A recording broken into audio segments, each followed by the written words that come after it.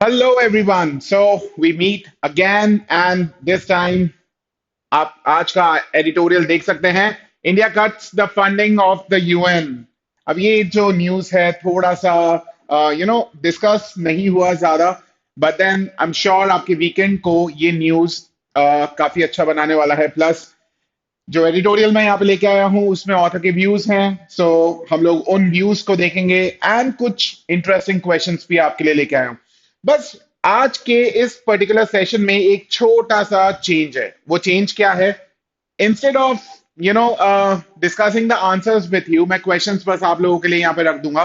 So again, as was the case with the previous session where you had wonderful questions, you have you have wonderful questions on this particular video as well. So इस particular topic पे भी आपके लिए बहुत अच्छे अच्छे questions हैं।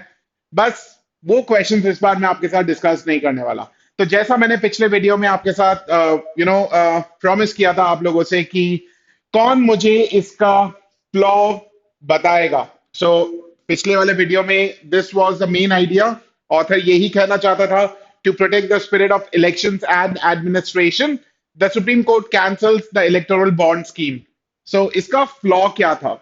अब देखिए, ये पर्टिकुलर ओपिनियन देने के लिए ऑथर ने कहा था कि people have right to know about their candidate only if people know उनके कैंडिडेट को कहां से फंडिंग मिल रही है। Electoral electoral sanctity, electoral democracy, administration maintain हो पाएगा। That's what Supreme Court's argument was.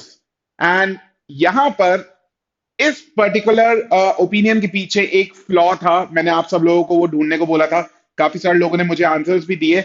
So let me discuss the flaw and then I take the name of the person जिसका आंसर मुझे सबसे अच्छा लगा, बिकॉज उस पर्सन का answer मेरे आंसर के बिल्कुल क्लोज था।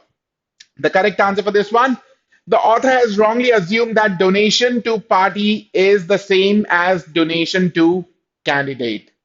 So वहां पे देखो, जो सुप्रीम कोर्ट का आर्ग्यूमेंट है वो ये है कि वोटर को कैसे पता लगे कि उसका कैंडिडेट जो है उसके पास फंडिंग कहां से आ रही है। बट मेरे को एक बात बताओ, यहां पर आप अगर देखें तो इलेक्टोरल बॉन्ड स्कीम में डोनेशन किसी एक पर्टिकुलर कैंडिडेट के पास थोड़ा ना जाता था, डोनेशन तो पार्टी के पास जा रहा था।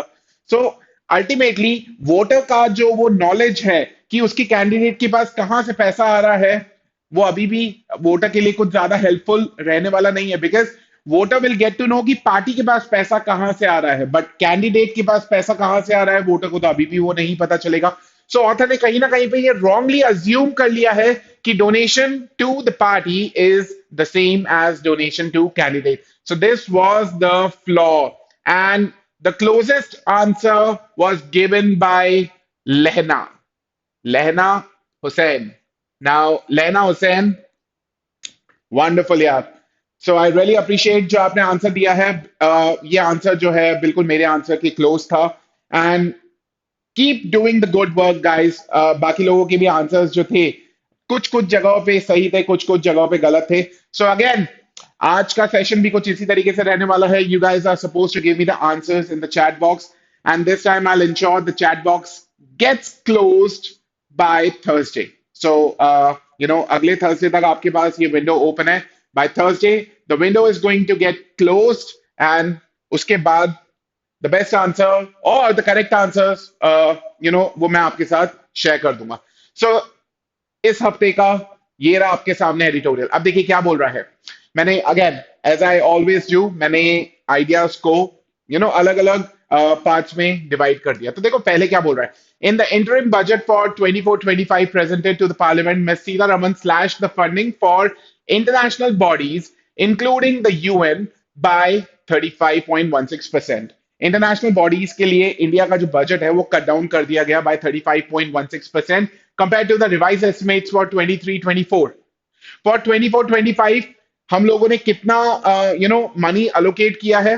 558.12 करोड़ रुपीस। एंड इसमें सारी तरीके की इंटरनेशनल ऑर्गेनाइजेशंस आ जाएंगी, BIMSTEC, SAARC, UN. In the revised estimates for 23-24, the finance ministry provided 866 crores.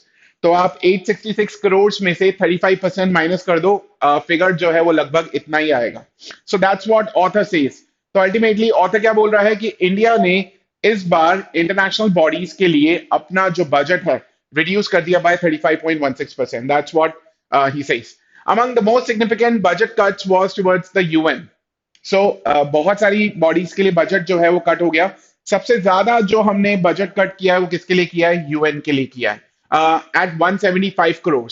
54.25% decrease, क्योंकि पहले हम लोग ज्यादा देते थे यूएन को, बट देन इस बार हमने 54% से कट कर दिया. The decrease in contributions towards the UN by ministry of external affairs is significant. ये जो हमने बजट कट किया है सिग्निफिकेंट बिकॉज इंडिया काफी टाइम से बोल रहा था कि यूएन में रिफॉर्म्स होने चाहिए, स्पेशली यूएनएससी में, because India deserves a seat at the UNSC. I am talking about the permanent seat. ठीक है. UNGA 78th session president Dennis Francis during his visit to India acknowledged कि यार India जैसी बड़ी entity जो है वो यूएनएससी का परमानेंट मेंबर नहीं है. ठीक है. Yet the move to cut budgets triggered a debate.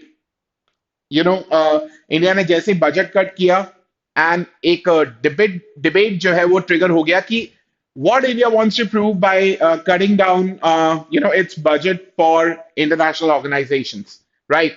Especially, UNSC.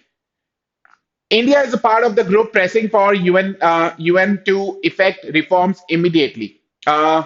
India उस ग्रुप का पार्ट है जो यूएन में रिफॉर्म्स चाहते हैं. ठीक है. Reflect the current geopolitical realities in which these nations are already reaching the status of global powers. So कोई एक ग्रुप होगा जो यूएन में रिफॉर्म चाहता होगा एंड इंडिया भी उसका पार्ट होगा. So this group wants that current geopolitical realities के अकॉर्डिंग इन nations को भी वहां पे जगह मिले, because these nations are reaching the status of global powers.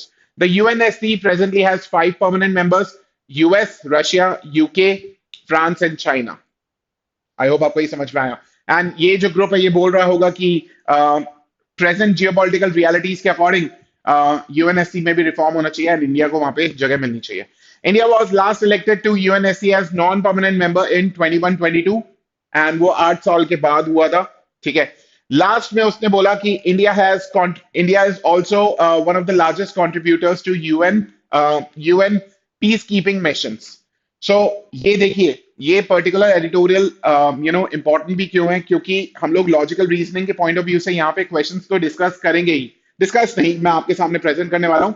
Answer तो मुझे आप बताएंगे. हाउएवर जीके के पॉइंट ऑफ व्यू से भी बहुत इंपॉर्टेंट है, बिकॉज ज्यादा जगहों पर ये पर्टिकुलर न्यूज जो है वो डिस्कस ही नहीं हुई.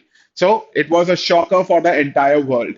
आई होप ये न्यूज आपके लिए एक प्राउड मोमेंट जो है वो लेके आ रहा होगा. Ultimately we all are Indians and we should feel proud about this. We actually deserve a seat at the UNSC. ठीक है. So India has contributed over 2 lakh personnel to UN peacekeeping missions in last 70 years, and as of November 30th, 2023, जो कि अभी 2 महीने पहले ही गया, India was third highest troop contributor, only after Nepal and Bangladesh, right? And among the permanent members, it's only the France with just 587 personnels. बाकी तो सब लोग इसके बियॉन्ड ही है. आई होप आपको ये समझ में आया. सो पैसेज में की आइडियाज क्या आते? देखो, in the interim budget India cut its budget of contribution to international organisations by 35%. That's point number 1.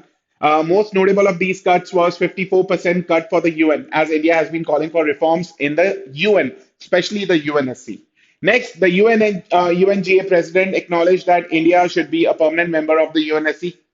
अभी जब इंडिया आए थे यूएनजीए के प्रेसिडेंट, तो उन्होंने कहा कि looking at the present geopolitical realities, India should be a member of permanent member of UNSC. It has incited a debate around the topic, and India is part of the group that wants reforms in the UNSC. India was last elected as non-permanent member of the UNSC for 21-22 term, and India is also one of the largest contributors to UN peacekeeping force. I hope ये जो की ideas हैं वो आपको समझ में आ गए हैं.